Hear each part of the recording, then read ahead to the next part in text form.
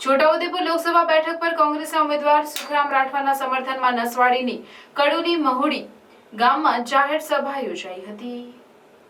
આ સભામાં આદિવાસીઓએ ઢોલ વગાડી ઘેરૈયા દ્વારા નેતાઓનું સન્માન કરવામાં આવ્યું। છોટાઉદેપુર લોકસભા બેઠકના સંસદીય મત વિસ્તારના અતિ આંતરિયાળ એવા ડુંગરાળ વિસ્તારમાં કોંગ્રેસના ઉમેદવાર સુખરામ રાઠવાના સમર્થનમાં જાહેર સભા યોજાઈ હતી।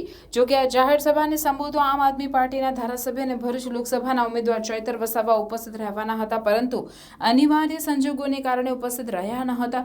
જોકે ચૈતર વસાવાને જોવા અને સાંભળવા મોટી સંખ્યામાં આમ આદમી પાર્ટીના કાર્યકરો અને લોકો ઉપસ્થિત રહ્યા હતા, જેથી ચૈતર વસાવાનો ઓડિયો મેસેજ ઉપસ્થિત લોકોને સાંભળવામાં આવ્યો હતો।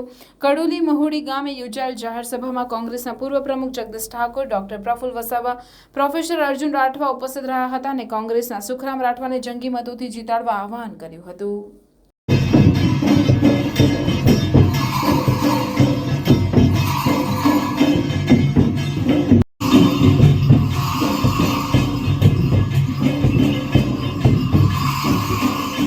નરેન્દ્રભાઈ ગુજરાતના મુખ્યમંત્રી બન્યા ત્યારથી આ રાજકીય કાવતરા ચાલે છે।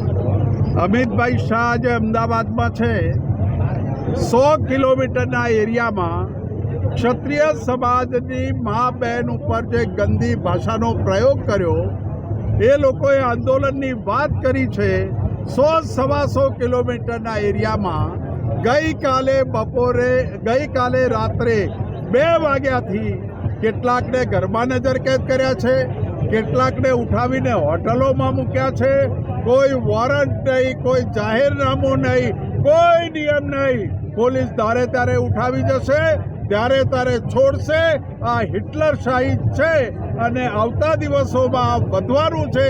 એ વાત સાથે અમે ગુજરાતમાં 24 કોંગ્રેસ અને 2 આમ આદમી પાર્ટી 26 ચૂંટણીઓ લડી રહ્યા છે। દારૂની વાત છે, દારૂનો મુદ્દો, દારૂ, ડ્રગ્સ, ખાસ કરીને ઓબીસી, એસસી, એસટી ને લઘુમતી સમાજ અને શહેરી વિસ્તારમાં રહેતા જે યુવાનો છે એને રોજીરોટી નથી, નોકરીઓ નથી, એટલે નશાનું ખપ્પર, લે દારૂની બોટલ, લે દારૂની પોટલી, લે ચૂંટણીઓ ચાલે છે તો બધું તું નશો કર, બાકી રહેતું તું તો આખા હિન્દુસ્તાનમાં ડ્રગ્સ જે માર્ગે આવી રહ્યું છે એ કલ્લા પોર્ટ ઉપરથી આવી રહ્યું છે। આ કલ્લા પોર્ટની માલિકી કોની છે તપાસ કરો। બીજા કોઈ પોર્ટ ઉપરથી નથી આવતું ને કલ્લા પોર્ટ ઉપરથી આ ડ્રગ્સ કરોડોની કિંમતમાં આવી રહ્યું છે।